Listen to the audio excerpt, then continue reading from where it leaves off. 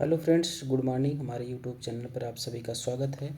तो फ्रेंड्स, यदि आप कोई एग्ज़ाम दे रहे हो, जैसे यूपीपी हो गया, यूपीएसआई हो गया और यूपी टेट या सुपर टेट अगर एग्ज़ाम देना चाहते हैं तो ये वीडियो आप ज़रूर देखेंगे, बहुत ही ज़्यादा लाभदायक होगा। और वो लोग जो अभी पिछला जो पेपर हुआ अभी यूपीपी का जो निरस्त हो गया, उसमें आप देखे होंगे तो एक टॉपिक से 6 क्वेश्चन फंसे हुए हैं और दूसरे टॉपिक से 7 क्वेश्चन।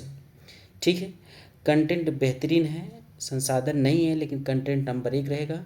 आप इसको नोट डाउन जरूर करेंगे और एग्ज़ाम के पहले इसको देख करके जाएंगे। बहुत ही ज़्यादा हेल्पफुल है, ये कोई कहने की बात नहीं है, कोई भी पेपर उठा करके आप मिला सकते हैं। ठीक है, तो आज हम जो हमारा टॉपिक है वो है सर्वनाम। आज हम सर्वनाम बताएंगे, इसके बाद जो लेटेस्ट क्वेश्चन आए हुए हैं उस पर एक टेस्ट कराएंगे।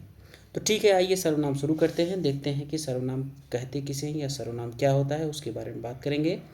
तो पहले बात करते हैं हम सर्वनाम की। सर्वनाम जो शब्द संज्ञा के स्थान पर प्रयोग किए जाते हैं। अब संज्ञा क्या होती है, तो पिछली क्लास में हमने समझाया हुआ है कि संज्ञा क्या होती है। जब संज्ञा को आप अच्छी तरह समझ जाएंगे तो सर्वनाम बहुत आसान हो जाएगा। ठीक है, तो पिछली क्लास अगर ना देखे हों तो ज़रूर देखिएगा और समझिएगा कि क्लास कैसी है और किसी भी कॉम्पिटिटिव एग्जाम में आप कैसे वहाँ से क्वेश्चन आए हुए हैं आप मिलान कर सकते हैं। तो सर्वनाम क्या होता है, संज्ञा के स्थान पर प्रयोग किए जाते हैं वो शब्द सर्वनाम कहलाते हैं। उसी को यहाँ पर एक्सप्लेन किया गया है। तो सर्वनाम होते क्या क्या हैं, इस और जहाँ जहाँ जिस टाइप का क्वेश्चन बनता है उसको हम इम्पोर्टेंट बताते जाएंगे। ठीक है, जैसे हम कुल मिलाकर अगर हम आपसे कहें कि कुल मिलाकर कितने सर्वनाम होते हैं, जब कुल की बात की जाए, कुल यानी मूल रूप से या कुल की बात की जाए तो सर्वनाम हम कहेंगे 11 प्रकार से। ठीक है, अगर केवल कहे सर्वनाम कितने प्रकार के होते हैं तो वहाँ हम 6 लगाएंगे। यदि अगर ऐसे भी कह दिया जाए कि प्रयोग की दृष्टि से सर्वनाम कितने प्रकार से होते हैं तो हम क्या बताएंगे, 6। मूल रूप या कुल सर्वनाम 11 प्रकार से, और सर्वनाम की बात करें, सर्वनाम कितने प्रकार के हैं तो 6 की बात करेंगे। ठीक है, या प्रयोग की दृष्टि से सर्वनाम की बात करें तो 6। ये दोनों क्वेश्चन पूछे जा चुके हैं, कोई यूपीपीसीएल में पूछा है तो कोई यूपीएसआई में पूछा गया है। तो यहाँ पर एक इम्पॉर्टेंट चीज़ ये हो गई और दूसरी इम्पॉर्टेंट चीज़ ये हो गई। ठीक है, चलिए आगे बढ़ते हैं। जो ये प्रयोग की दृष्टि से 6 सर्वनाम होते हैं वो हैं कौन कौन, यहाँ पर देख लेते हैं।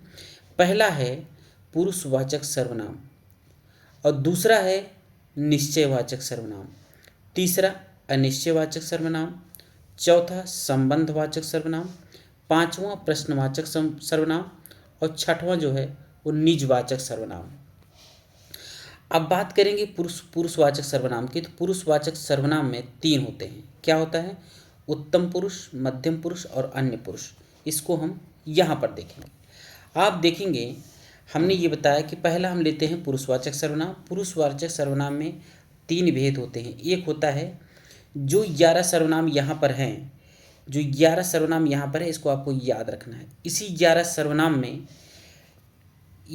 सर्वनाम से ही पूछे जाएंगे। इसमें कुछ निश्चयवाचक रहेंगे, कुछ अनिश्चयवाचक रहेंगे, कुछ उत्तम पुरुष रहेंगे, कुछ मध्यम पुरुष रहेंगे, कुछ अन्य पुरुष के सर्वनाम रहेंगे। जितने भी सर्वनाम रहेंगे इसी 11 सर्वनाम में रहेंगे, जैसे तू, मैं, आप, यह, वह, जो, सो, क्या, कौन, कुछ, कोई। ठीक है, इसी सर्वनाम को डिवाइडेशन किया गया है। तो आगे देखेंगे यहाँ पुरुषवाचक सर्वनाम में हमने बताया कि पहला जो है वो उत्तम पुरुष है और दूसरा जो है मध्यम पुरुष है और तीसरा है अन्य पुरुष। अब यहाँ हम ये समझेंगे कि उत्तम पुरुष में क्या क्या आता है, मध्यम पुरुष में क्या क्या आता है, या अन्य पुरुष में क्या क्या आता है, या किसके लिए प्रयोग किया जाता है। तो पहले हम उत्तम पुरुष देखेंगे। उत्तम पुरुष वो होता है, जैसे हम कहें कि अगर हमें दिखाना हुआ तो हम अपने आप को हमेशा क्या समझते हैं कि हम श्रेष्ठ हैं। तो यहाँ पर देखिए, जिस शब्द का प्रयोग हम अपने लिए प्रयोग करते हैं, ठीक है, उसे उत्तम पुरुष कहते हैं। अपने लिए का मतलब जैसे मैं कहूँ कि मैं, हम, मुझे, मेरा, मुझको, मैंने, हमें, हमको, ये जितने शब्द हैं ना यहाँ पर ये सिर्फ अपने को दर्शा रहा है, यानी हम अपने स्वयं के लिए इतने शब्द यूज कर रहे हैं।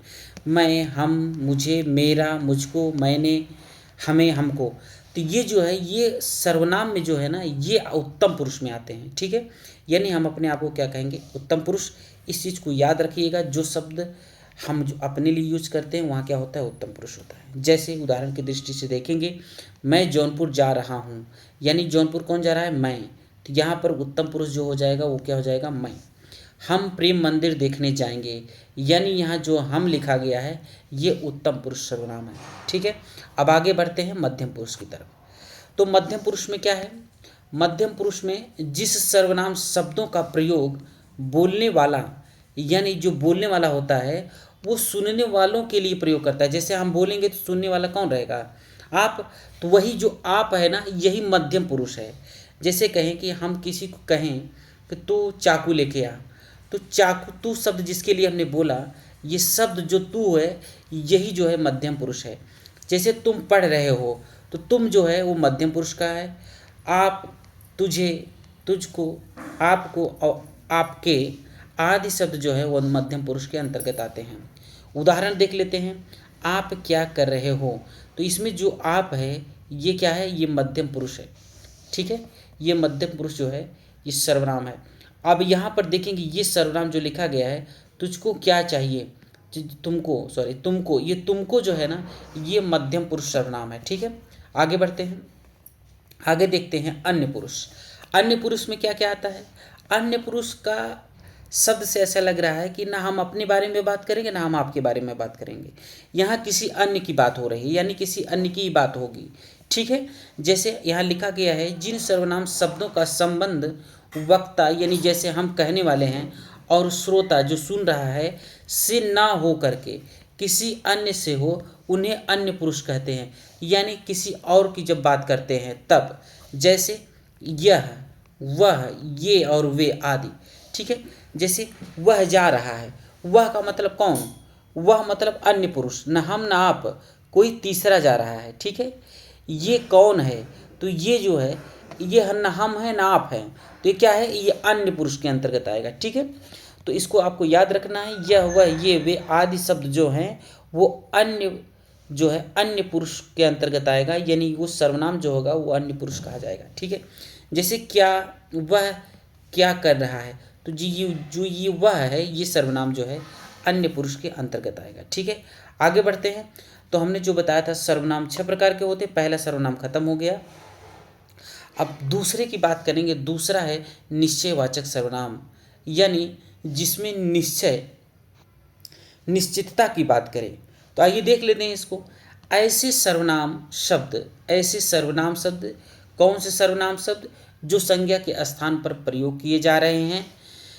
ऐसे सर्वनाम शब्द जो निकट या दूर की स्थिति को, जो निकट हो या दूर हो की स्थिति को निश्चय पूर्वक दिखाता हो, यानी किसी को निश्चितता दिखाता हो, ठीक है। जैसे यह पुस्तक टेबल पर है, तो यह पुस्तक जो है ना, तो पुस्तक दिख रही है, यानी निश्चित है कि ये टेबल पर ही है, ठीक है। समझ में आ रही है हमारी बात। तो ठीक है, जहाँ निश्चितता की बात की जाएगी वहाँ निश्चयवाचक सर्वनाम है, ठीक है। जैसे यह और वह जो है ये निश्चितता को दिखाएगा। जैसे वह मनुष्य नहीं देवता है, वह मतलब जिस मनुष्य के बारे में कहा जा रहा है वो निश्चित ही मनुष्य है, उसकी तुलना किसी की जा रही है, मनुष्य से, यानी जो मनुष्य होगा उसकी तुलना देवता से की जा रही है, तो वह मनुष्य निश्चित ही होगा जिसकी हम देवता के समान समझ रहे हैं, ठीक है। तो जो वह है ये निश्चितता को दिखाता है, किसको, मनुष्य को, तो क्या हो जाएगा, निश्चयवाचक सर्वनाम। जहाँ पर निश्चितता दिखाए वहाँ पर निश्चयवाचक हो जाएगा। जैसे यह मेरी पुस्तक है, यानी पुस्तक कहीं रखी हुई है, अब वो इंगित कर रहा है कि ये जो पुस्तक दिख रही है ये मेरी है, तो यहाँ भी निश्चितता हो गई, तो यहाँ भी क्या हो जाएगा, निश्चयवाचक सर्वनाम हो जाएगा। यह मकान मेरे भाई का है, तो ये जो मकान है, मकान जो बना हुआ जो दिख रहा है उसको इंगित किया जा रहा है यह से, यानी निश्चित दिखाया जा रहा है यह मकान मेरे भाई का है, तो यहाँ भी निश्चितता है, इसलिए क्या हो जाएगा, निश्चयवाचक सर्वनाम। आगे बढ़ते हैं, अगला है अनिश्चयवाचक सर्वनाम। तीसरे की बात करेंगे, क्या है, अनिश्चयवाचक सर्वनाम। तो अनिश्चयवाचक सर्वनाम क्या होता है कि जहाँ पर निश्चितता न दिखाई जाए, यानी कोई चीज़ निश्चय ना हो, ऐसे सर्वनाम शब्द जिससे किसी निश्चित वस्तु या व्यक्ति का बोध, यानी बोध का मतलब क्या होता है, जानकारी नहीं होता, उसे अनिश्चयवाचक सर्वनाम कहते हैं। जैसे कोई आ जाए, कुछ आ जाए, ये क्या है, अनिश्चयवाचक सर्वनाम है, यानी ये कोई फिक्स नहीं बताते कि हाँ यही है। जैसे कोई आ रहा है, अब कोई हमको ये नहीं बता रहे कि वो आने वाला कौन है, तो यहाँ पर क्या हो जाएगा, अनिश्चयवाचक सर्वनाम। कोई सज्जन आपको बुला रहा है, बुला रहा है कोई, लेकिन ये पता नहीं है कि वो सज्जन है कौन, ठीक है, तो यहाँ क्या हो जाएगा, अनिश्चयवाचक सर्वनाम।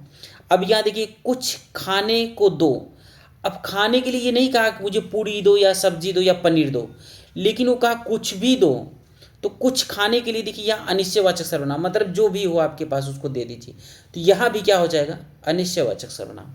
आगे बढ़ते हैं, आगे क्या है, आगे चौथा है संबंधवाचक सर्वनाम। संबंध मतलब ये कहीं न कहीं संबंध की बात करेगा, कहीं न कहीं ये रिश्ता दिखाएगा, ठीक है, इसको भी देख लेते हैं। ऐसे सर्वनाम शब्द जो किसी दूसरे संज्ञा या सर्वनाम से संबंध स्थापित करता है, उसे संबंधवाचक सर्वनाम कहते हैं। कैसे, जैसे अब संबंधवाचक सर्वनाम जो होते हैं उसके अंतर्गत क्या क्या आता है, जो आता है, सो, जैसा, वैसा, वहाँ, जिसकी, उसकी, जैसी, वैसी आदि, ठीक है, ये शब्द जो होते हैं, ये शब्द हमेशा संबंध को दर्शाते हैं, यानी संबंध वाचक सर्वनाम में होते हैं, ठीक है। जैसे जिसकी लाठी उसकी भैंस, तो लाठी जिसकी, उसकी भैंस, तो यहाँ पर जिसकी जो है ये संबंध दर्शा रहा है, जिसकी लाठी है और उसी की भैंस है, तो यानी संबंध दर्शा दिया। तो ये जो जिसकी शब्द है ये संबंधवाचक सर्वनाम के अंतर्गत आएगा। जो करेगा सो भरेगा, यानी जो करेगा वही भरेगा, यानी सो का तात्पर्य है वही, तो यहाँ भी संबंधवाचक हो गया। जैसी करनी वैसी भरनी, तो जो जैसा करेगा वही न भरेगा, तो यहाँ भी जो है करने वाले से और भरने वाले को दर्शा रहा है, तो यहाँ भी ये भी संबंध दिख रहा है। तो क्या हो जाएगा, जैसी करनी वैसी भरनी, यानी यहाँ भी क्या हो जाएगा, संबंधवाचक, ठीक है। जो संबंधवाचक शब्द हैं उसको आपको याद रखने हैं। आगे बढ़ते हैं, प्रश्नवाचक सर्वनाम। प्रश्नवाचक यानी हमेशा यहाँ प्रश्न की बात होगी, यानी प्रश्न कहा जाएगा या पूछा जाएगा, ठीक है। जैसे जो सर्वनाम शब्द, यानी जो सर्वनाम शब्द हैं संज्ञा के स्थान पर प्रयोग किए जाते हैं उनको हम सर्वनाम कहते हैं। शब्द संज्ञा के स्थान पर आते हैं किंतु वाक्य को प्रश्नवाचक बनाते हैं, उन्हें प्रश्नवाचक शब्द कहते हैं, यानी प्रश्नवाचक सर्वनाम कहते हैं, ठीक है। अब प्रश्नवाचक सर्वनाम होते क्या हैं, जैसे क्या हो गया, कौन हो गया, कैसे हो गया, ठीक है। आप कैसे हैं, तो यहाँ पर जो कैसे है ये हम प्रश्न पूछ रहे हैं और सामने वाला बताएगा मैं ठीक हूँ, तो यानी जो आप पूछे वो क्या हुआ, प्रश्न, तो यहाँ पर कैसे जो है वो प्रश्नवाचक सर्वनाम हो गया। क्या आप घर भी आएंगे, तो यहाँ पर क्या जो है ये प्रश्नवाचक है, यानी प्रश्न पूछ रहा है क्या करके, तो ये क्या हो जाएगा, प्रश्नवाचक सर्वनाम हो जाएगा।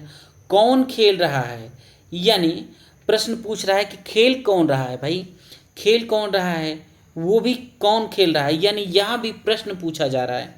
यह काम कैसे होगा, यानी हम ये भी पूछ रहे हैं कि ये काम कैसे होगा, तो यहाँ भी क्या हो जाएगा, प्रश्नवाचक सर्वनाम।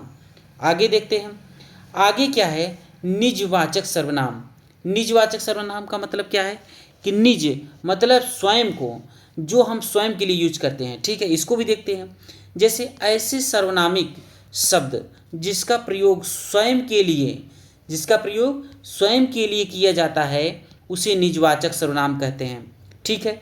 जैसे हम हैं तो हम अपने लिए कितने शब्द यूज कर सकते हैं, जैसे मैं यूज कर सकता हूँ क्या क्या, आप, अपना, अपने आप ही, स्वयं, निज, खुद आदि, ये शब्द जो हैं ये निजवाचक सर्वनाम के अंतर्गत आएंगे। उदाहरण देख लेते हैं, मैं यह काम स्वयं कर लूँगा। स्वयं कर लूँगा मतलब कौन करेगा, स्वयं अपने आप करेंगे, तो यहाँ पर निज यानी स्वयं की बात हो रही है, तो यहाँ पर क्या हो जाएगा, निजवाचक सर्वनाम हो जाएगा। मैंने अपना कार्य समाप्त कर लिया है। कार्य किसने समाप्त किया? मैं यानी स्वयं हमने किया, तो यहाँ भी निजवाचक सर्वनाम हो जाएगा। मैं अपने आप चला जाऊँगा, यानी चला कौन जाएगा? मैं यानी हम अपने आप चले जाएंगे। तो अपने आप जो है वो निजवाचक यानी स्वयं को दर्शाता है, तो यहाँ भी क्या हो जाएगा? निजवाचक सर्वनाम। ठीक है फ्रेंड्स, अब ये रहा हमारा सर्वनाम। अब इससे रिलेटेड जितने भी शब्द अब तक आए हुए हैं और जो रिपीट किए जाएंगे, लगभग संभावित प्रश्न रहेंगे, उस शब्द को लेकर के हम फिर उपस्थित होंगे। तब तक के लिए धन्यवाद। वीडियो अच्छा लगा हो, कंटेंट अच्छा लगा हो तो लाइक सब्सक्राइब जरूर करिएगा, ताकि ऐसे ही वीडियो हम आपको प्रोवाइड करते रहें। Thank you so much all of you.